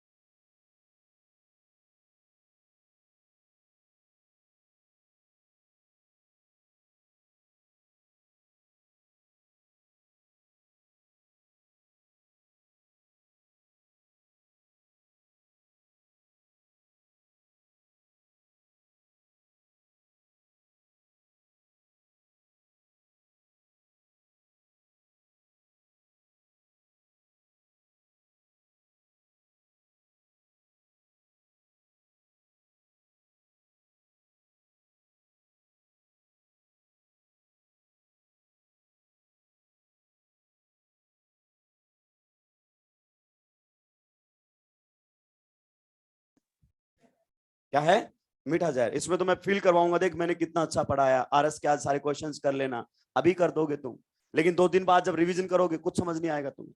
तो जब क्वेश्चंस नहीं करोगे, समझ में नहीं आएगा, तो कम से कम पूछ तो लोगे कि सर ये बात तो क्लियर नहीं हुई थी मुझे। चलिए, पहला क्वेश्चन आप लोगों के बीच में है और बहुत ही बेहतरीन क्वेश्चन। पहला क्वेश्चन बहुत ही बेहतरीन क्वेश्चन आप लोगों के बीच में है। इसको फॉर्मल्डिहाइड बोलते हैं, अगर आप जानते हो तो। क्या बोलते हैं, फॉर्मल्डिहाइड। ये देखिए, इसकी कुछ रेजोनेटिंग स्ट्रक्चर्स मैंने आप लोगों के साथ शेयर की है। इसकी कुछ रेजोनेटिंग स्ट्रक्चर्स मैंने आप लोगों के सामने शेयर की हुई है। आपको इनका स्टेबिलिटी ऑर्डर बताना है, इनका स्टेबिलिटी ऑर्डर बताना है। बहुत ही गजब की चीज आपको यहां पर दिखाई देगी। बताइए स्टेबिलिटी ऑर्डर। गर्दन तोड़ दूंगा। पापा है सबका, रेजोनेंस हाइब्रिड। पहला पॉइंट देख क्या लिखा हुआ है, resonance hybrid is more stable as compare to any resonating structure. बस इसको लिखते हो, कभी अप्लाई नहीं करते हो। ये क्या है, रेजोनेंस हाइब्रिड, सबसे ज्यादा स्टेबल होता है ये। तो सबसे ज्यादा कौन सा होगा, 4। क्लियर, इसकी तो बात ही मत करो, क्योंकि तुमको यहां चार्ज सेपरेशन दिख गया इसलिए तुमने इसको सुलटा दिया। अबे ये हाइब्रिड है, वो रेजोनेटिंग स्ट्रक्चर के रूल थे। अब बताओ सबसे ज्यादा कौन सा होगा, फर्स्ट। कोई चार्ज नहीं है, इसमें भी चार्ज है प्लस माइनस, इसमें भी चार्ज है प्लस माइनस। क्लियर। तो फिर हम देखेंगे ऑक्टेट। क्या देखेंगे, ऑक्टेट। बताइए इसमें इसका ऑक्टेट कंप्लीट है क्या, नहीं, 6 इलेक्ट्रॉन्स इन बैलेंस है। इसमें बताओ ऑक्सीजन का ऑक्टेट कंप्लीट है क्या, नहीं, 6 इलेक्ट्रॉन्स इन बैलेंस है। पहले मेरी बात को ध्यान से सुनना, इन्हीं रूल से सब एक्सप्लेन भी करूंगा मैं, ईच एंड एवरीथिंग। फिर बाद में आपको बताऊंगा कि कैसे अप्रोच करना है क्वेश्चन को। इसमें इसका ऑक्टेट इनकम्प्लीट है, उसमें उसका ऑक्टेट इनकम्प्लीट है, और कहीं ऐसा नहीं लिखा गया है कि किसका ऑक्टेट पहले देखना है। इनकम्प्लीट ऑक्टेट मतलब इनकम्प्लीट ऑक्टेट। तो ये वाला रूल जो हमारे सामने है कि ऑक्टेट कंप्लीट वाला भी इसको एक्सप्लेन नहीं कर पाएगा। फिर आप कहां जाएंगे, चार्ज लोकेशन। बताइए यहां पॉजिटिव चार्ज किस पर है, कार्बन पर। वहां पॉजिटिव चार्ज किस पर है, ऑक्सीजन पर। Positive charge on less EN क्या होना चाहिए, मोर स्टेबल। ये ज्यादा स्टेबल होनी चाहिए। नहीं नहीं सर मैं तो नेगेटिव देखूंगा, देखना नेगेटिव चार्ज किस पर है, ऑक्सीजन पर। यहां किस पर है, कार्बन पर। Negative charge on Mauryan, more stable. तो फिर कौन सी आएगी हमारे सामने, सेकंड। और सबसे पीछे कौन सी चली जाएगी, थर्ड। ये देखिए आ गया कि नहीं आ गया। एक बार मैंने आपको पहले भी बताया था कि ऐसी रेजोनेटिंग स्ट्रक्चर जिसमें ऑक्सीजन पर पॉजिटिव चार्ज हो इनकम्प्लीट ऑक्टेट के साथ, इसमें देखिए पॉजिटिव चार्ज है इनकम्प्लीट ऑक्टेट के साथ, इस पर मैंने लिखा था इस टाइप की रेजोनेटिंग स्ट्रक्चर्स लीस्ट स्टेबल होती है। क्या होती है, लीस्ट स्टेबल। और मैंने ये भी लिखा था इस टाइप की resonating structures doesn't contribute in resonance hybrid. लिखा था कि नहीं लिखा था। तो हमारा तो एक क्वेश्चन ही सुलट जाता है इनवैलिड के चक्कर में कि बताइए किसका कंट्रीब्यूशन नहीं है, इसका कंट्रीब्यूशन ना के बराबर है। ये हाइब्रिड बना हुआ देखो, इसके और इसके हिसाब से हाइब्रिड बना है, उसके हिसाब से बना ही नहीं है। किसी को कोई दिक्कत आपत्ति परेशानी है क्या, नहीं। तो ऐसी रेजोनेटिंग स्ट्रक्चर जिसमें ऑक्सीजन पर इनकम्प्लीट ऑक्टेट के साथ पॉजिटिव चार्ज हो, उठा के सबसे पीछे रख देना है। उठा के क्या करना है, सबसे पीछे रख देना है। किसी को कोई दिक्कत आपत्ति परेशानी है क्या, होनी भी नहीं चाहिए। नेक्स्ट एक क्वेश्चन और देखते हैं। दूसरा क्वेश्चन आप लोगों के सामने कुछ इसी प्रकार का है, ध्यान से सुनते रहेंगे तबियत से। ये रेजोनेटिंग स्ट्रक्चर नंबर 1। फिर अगर अपन बात करना चाहें तो ये हमारे सामने है रेजोनेटिंग स्ट्रक्चर नंबर 2, यहां माइनस और यहां पर प्लस। फिर ये हमारे सामने है resonating structure number 3। And this question from the book NCERT, this question from the book NCERT. बहुत सारे लोग इसको इनवैलिड बताते हैं, एनसीईआरटी का सोल्ड एग्जांपल है, जाके देख लेना, +1 एनसीईआरटी का सोल्ड एग्जांपल है। आप बताइए सबसे ज्यादा स्टेबल कौन सा होगा? सर डाउट ही नहीं है, क्योंकि चार्ज दिखाई, समझ में आया कि नहीं आया? उसके बाद यहां पर भी चार्जेज है, वहां पर भी चार्जेज है। देखो इसमें तो दिखाई दे गया है, ऑक्सीजन इनकम्प्लीट ऑक्टेट के साथ कैसा चार्ज लिया हुआ है? पॉजिटिव। इस टाइप की रेजोनेटिंग स्ट्रक्चर्स क्या होती हैं? Least stable. और इस टाइप के रेजोनेटिंग स्ट्रक्चर्स का कंट्रीब्यूशन भी नहीं होता। तो इस टाइप के रेजोनेटिंग स्ट्रक्चर को उठा के सबसे पीछे फेंक देना, तो बच गया कौन सा? सेकंड। बताइए किसी को कोई दिक्कत आपत्ति परेशानी है क्या? होनी भी नहीं चाहिए। आज की कहानी यहीं तक, बाकी बात अपन कंटिन्यू करेंगे नेक्स्ट क्लास में। किसी को जो भी डाउट हो बिंदास पूछ सकता है, क्योंकि ऑर्गेनिक केमिस्ट्री के अंदर डाउट कैंसर का काम करता है। किसका काम करता है?